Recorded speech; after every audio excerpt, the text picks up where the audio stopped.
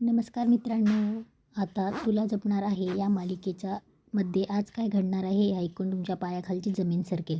मीरा अथर्वसमोर रडत रडत सांगते की मंजिरीने पुन्हा एकदा तिची भयंकर अट समोर ठेवली आहे आणि अट मान्य केली नाही तर मंजिरी वेदाला भयंकर त्रास देणार.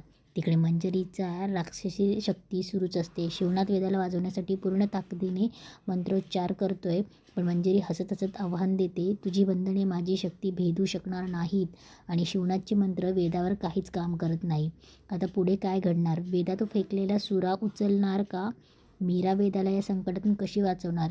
हे सगळं आपण आजच्या संपूर्ण एपिसोडच्या रिव्ह्यूमध्ये सविस्तर ऐकण्यासाठी संध्याकाळी माझा रिव्ह्यू नक्कीच बघा.